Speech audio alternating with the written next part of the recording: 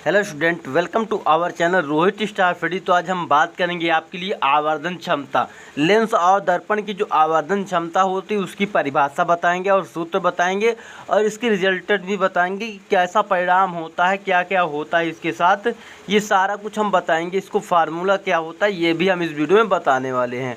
तो ये class 10th के लिए आपके लिए बहुत भी इम्पोर्टेंट होने वाला है फिजिक्स के लिए। और यदि आप क्लास 10 में पढ़ रहे हैं तो आप हमारे चैनल के साथ जुड़ सकते हैं।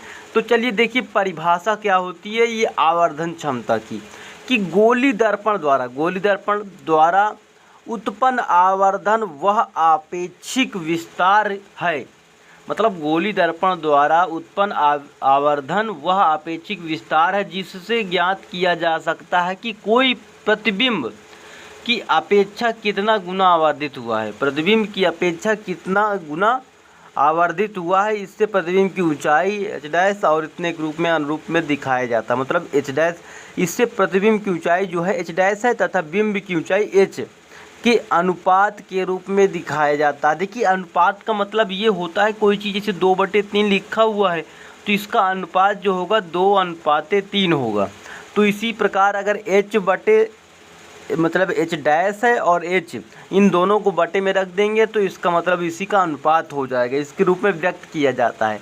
इसे एम द्वारा प्रदर्शित करते हैं। एम क्या होता है, इसको प्रदर्शित करने का सही तरीका होता है, यही चिन्ह होता है। ठीक, तो यहाँ पे कहा क्या जा रहा है कि इस कोई भी गोली दर्पण है उसके लिए आवर्धन क्षमता जो होती है ना वो विस्तार को पता करती है, कितना बड़ा प्रतिबिंब बनेगा, प्रतिबिंब कितना गुना आवर्धित होगा। ठीक, जैसे हमने निकाला कि हमारा आवर्धन क्षमता इतना आ गया 0.23, इतनी आवर्धन एम आ गया। हल करते करते हमें मालूम चला कि इतनी आवर्धन क्षमता आ गई। तो इससे क्या सीखने को मिला, इससे ये सीखने को मिला कि आवर्धन क्षमता जो है ये बताती है कि जो बिंब था, बिंब मतलब वस्तु जो आपने दर्पण के सामने रखी थी वो 0.23 गुना आवर्धित हुई है, मतलब बड़ी बनी है। ये होता है आवर्धन क्षमता का मतलब। तो आपको क्लियर हो गया होगा, ये बात भी आप लिख सकते हैं। ये देखिए किताबी भाषा है, आपको स्वयं से भी कुछ बनाकर ऐसा लिख सकते हैं जिससे टीचर को लगना चाहिए कि नहीं आपने जो एक्सप्लेन किया है, जो आपने बताया है वो बिल्कुल ही सही बात बताया है। ठीक, तो आवर्धन क्षमता आवर्धित करने की क्षमता होती है, कितना गुना आवर्धित हो गया प्रतिबिंब, यही क्षमता होती है। ठीक, वो भी बिंब से कितना गुना आवर्धित हो गया, मतलब बिंब जितना बड़ा था उससे कितना बड़ा हो गया आपकी आवर्धन क्षमता, वही बताता है। ठीक, अब सूत्र देख लेते हैं। देखिए सूत्र यही होता है कि एम डैश आपको मालूम है कि ये प्रतिबिंब होता है। पहले तो आप रखेंगे प्रतिबिंब की ऊंचाई, प्रतिबिंब कितना ऊंचा है, और नीचे क्या होगा बिंब की ऊंचाई। किसके लिए, बिंब की ऊंचाई, बिंब की ऊंचाई। तो आपको याद रखना कहीं उधर इधर ना कर देना कि प्रतिबिंब को ऊपर कर देना बिंब को नीचे कर देना। ठीक, और अगर आपको ये ना दिया जाए प्रतिबिंब की दूरी और बिंब की दूरी दिया जाए और आपको दर्पण दिया जाए, क्या दिया जाए, दर्पण, दर्पण में ये आपका चिन्ह ऋणात्मक होगा। अगर यही लेंस हो जाएगा तो m बराबर v प्लस हो जाएगा, v प्लस बटे u। ठीक, ये आपका कहाँ पे लगेगा, ये लेंस का फार्मूला हो जाएगा आपके लिए। ये दर्पण में लगेगा तो माइनस में रहेगा और लेंस में लगेगा तो ये लग जाएगा। ठीक, और ये वाला तो वैसा ही रहेगा फार्मूला। कभी कभी इसको भी दिया जाएगा प्रतिबिंब की ऊंचाई और बिंब की ऊंचाई तो आवर्धन क्षमता पूछ लेगा, कभी कभी इसको भी दिया जाएगा। अब जो भी आपके लिए अवेलेबल हो, जो भी आपके लिए दिया गया हो उसी के हिसाब से हम हल कर लेंगे। और एक अच्छी बात ये बताऊं, न्यूमेरिकल हल करते करते आपको एक ऐसी कंडीशन भी बनानी पड़ेगी कि जहां पर एच डैश बराबर माइनस का v बटे u, ये आप कर सकते हैं। क्योंकि जब ये दोनों बराबर हो, क्या मालूम आपको ये पता हो और ये भी पता हो और आपको पता भी हो कि बिंब की ऊंचाई क्या है तो प्रतिबिंब की ऊंचाई पूछ लेगा तो आप यहाँ से हल कर सकते हैं कि नहीं। तो ऐसा भी आपको देखने को मिलेगा क्योंकि ये सभी तो एक जैसे बराबर है ना। क्लियर होने मेरी बात, अगर ये दर्पण के लिए ये होगा, अगर लेंस हो जाएगा तो ये प्लस में हो जाएगा। क्लियर ना मेरी बात, ये आपको न्यूमेरिकल करते वक्त बहुत सारी कठिनाइयों को दूर करेगा। ठीक, तो ऐसा आप कर सकते हैं। देखिए मैंने जितना मुझे सोच था, मैंने देखा न्यूमेरिकल हल करते करते, तो ये भी आपको देखने को मिला, मुझे देखने को मिला, तो मैंने भी बताना चाहा कि हाँ इनको बता दूं ताकि कोई भी दिक्कत ना हो आपको फिजिक्स के ज़रिए।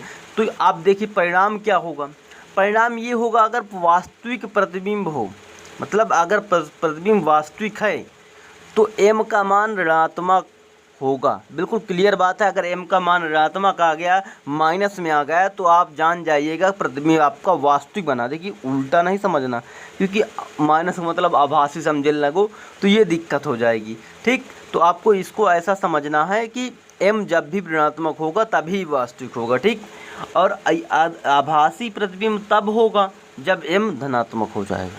क्लियर मेरी बात? तो ये आपका रिजल्ट है, ये परिणाम है, इसके जरिए आप पता लगा सकते हैं कि आप क्या वास्तविक बना है कि क्या बना है। तो ये हुई आपकी आवर्धन क्षमता के बारे में जानकारी।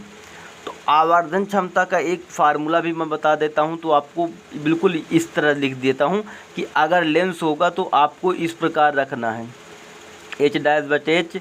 आप इसको कुछ भी लिख देते हैं। देखिए इसको I/O भी लिख सकते हैं। I का मतलब इमेज, इमेज मतलब प्रतिबिंब, ओ मतलब क्या हो जाएगा ऑब्जेक्ट, ऑब्जेक्ट मतलब बिंब या वस्तु। तो आप ऐसा भी लिख सकते हैं, कोई मैं गड़बड़ी नहीं बता रहा हूँ, वो आपको ऐसा भी कर सकते हैं। आप ऐसा भी लिख सकते हैं।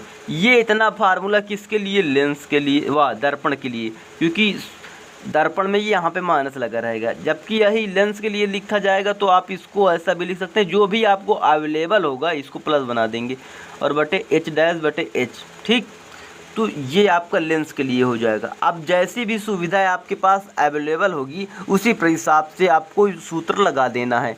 कभी कभी ऐसा होगा कि इतने से ही हल हो जाएगा, ये दोनों दिए जाएगा तो ये निकाल लेंगे, ये दोनों दिए जाए तो भी ये निकाल लेंगे, कभी कभी इनमें से भी हल करने को मिलेगा। तो आपको ये मालूम है कि नहीं, जब आपके पास 3 चर होते हैं, जैसे ये P और बराबर W/T होता है कि नहीं। P होती है आपकी क्षमता और W/T कार्य करने की दर को क्षमता कहते हैं। ठीक, तो यहाँ पर W का मान दे दिया जाएगा, T का मान दे दिया जाएगा, तो इसका मान पूछा जाएगा कि नहीं, और या इसका मान दिया जाए, इसका मान, तो समय का मान पूछा जाएगा कि नहीं। आपको W का मान, T का मान दिया जाए और P का मान दिया जाए तो W का मान पूछेगा। तो यही होता है, अगर 4 में से 3 का मान देकर 1 का मान पूछ लेगा। तो अब एडवांस में एक क्वेश्चन बता दूं, ये तो कही आवर्धन क्षमता की बात खत्म हो गई। इसको आप नोट्स बनाइए, अच्छी तरीके से लिखिए, क्योंकि नोट्स बनाकर आप अच्छी तरीके से पढ़ाई कर सकते हैं। तो यहाँ पे एडवांस में क्वेश्चन की लेंस की क्षमता का एसआई मात्रक क्या होता है, लेंस की जो क्षमता है एसआई मात्रक क्या होता है, इसको कमेंट बॉक्स में बता देना है आपको। और नहीं पता तो इसके पहले मैं वीडियो इसको डाल चुका हूं, तो उस वीडियो को आप देख लेना। लेंस की क्षमता के बारे में पूरी जानकारी है। न्यूमेरिकल भी आप कर सकते हैं, उसी को देखकर न्यूमेरिकल आप करना सीख जाएंगे। ठीक, जो मैं बताया हूँ आवर्धन क्षमता, इसको न्यूमेरिकल में ज़रूर अप्लाई कीजिएगा, आपको बहुत अच्छा लगेगा, क्योंकि आप न्यूमेरिकल कर पाएंगे। तब तक के लिए मिलते हैं, चलिए तब तक के लिए जय हिंद जय भारत।